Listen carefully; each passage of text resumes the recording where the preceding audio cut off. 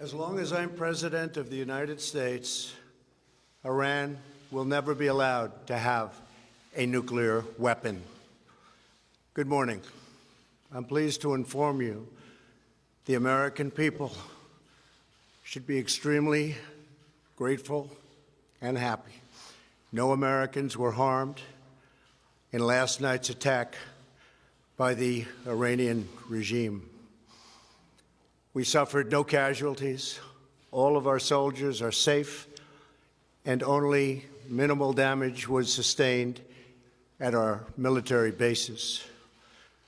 Our great American forces are prepared for anything.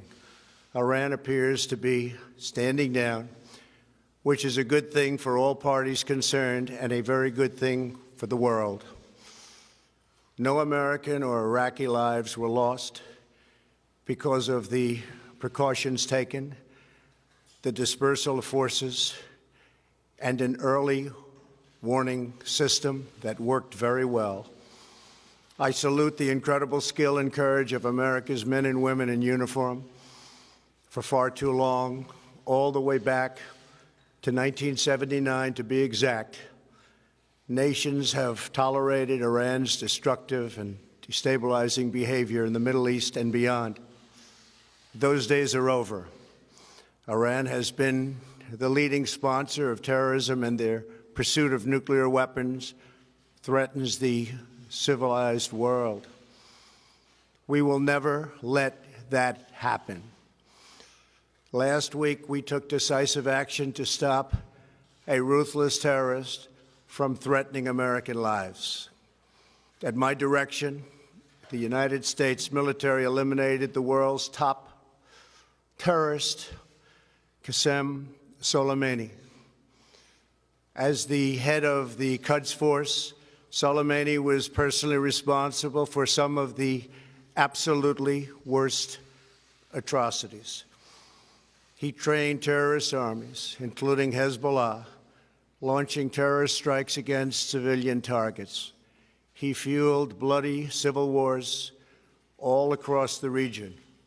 He viciously wounded and murdered thousands of U.S. troops, including the planting of roadside bombs that maim and dismember their victims. Soleimani directed the recent attacks on U.S. personnel in Iraq that badly wounded 4 service members and killed 1 American, and he orchestrated the violent assault on the U.S. Embassy in Baghdad. In recent days, he was planning new attacks on American targets, but we stopped him. Soleimani's hands were drenched in both American and Iranian blood. He should have been terminated long ago. By removing Soleimani, we have sent a powerful message to terrorists. If you value your own life, you will not threaten the lives of our people.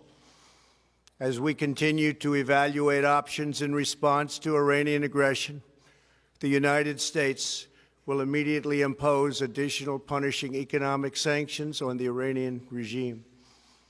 These powerful sanctions will remain until Iran changes its behavior. In recent months alone, Iran has seized ships in international waters, fired an unprovoked strike on Saudi Arabia, and shot down 2 U.S. drones. Iran's hostilities substantially increased after the foolish Iran nuclear deal was signed in 2013, and they were given $150 billion, not to mention $1.8 billion in cash.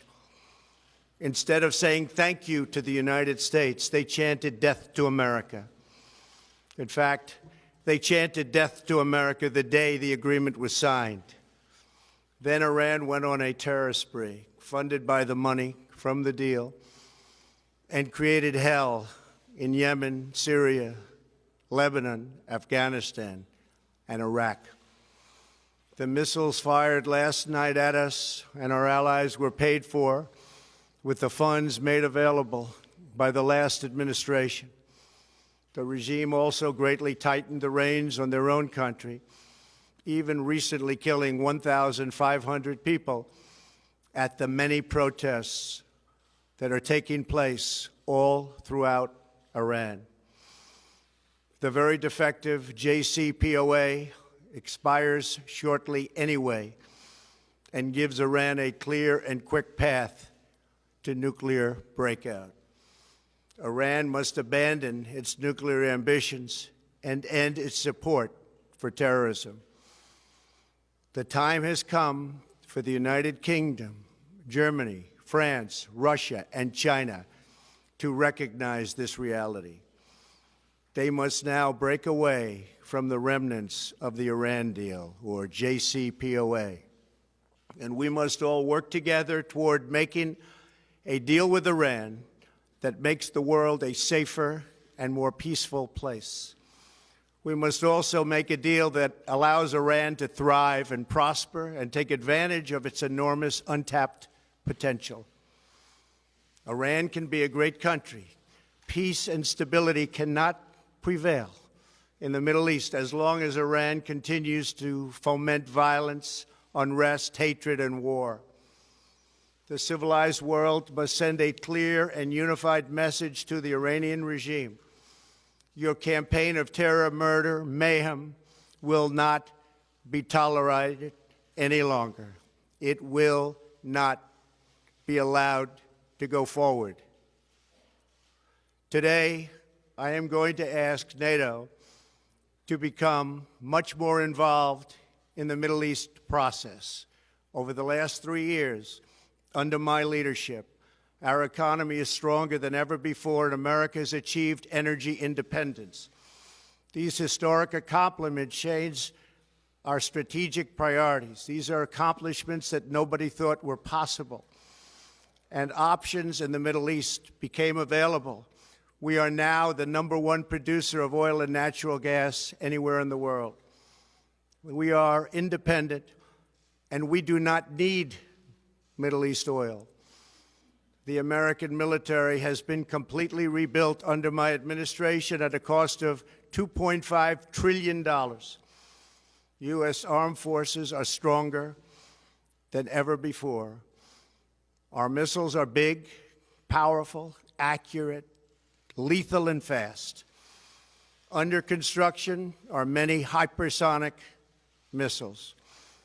The fact that we have this great military and equipment, however, does not mean we have to use it.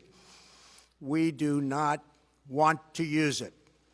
American strength, both military and economic, is the best deterrent. 3 months ago, after destroying 100% of ISIS and its territorial caliphate, we killed the savage leader of ISIS, al-Baghdadi, who was responsible for so much death, including the mass beheadings of Christians, Muslims, and all who stood in his way. He was a monster. Al-Baghdadi was trying again to rebuild the ISIS caliphate and failed. Tens of thousands of ISIS fighters have been killed or captured during my administration. ISIS is a natural enemy of Iran. The destruction of ISIS is good for Iran, and we should work together on this and other shared priorities. Finally, to the people and leaders of Iran, we want you to have a future, and a great future, one that you deserve, one of prosperity at home and harmony with the nations of the world. The United States is ready to embrace peace with all who seek it. I want to thank you, and God bless America. Thank you very much. Thank you. Thank you. Mr. President, why would the Iranians negotiate with you, sir?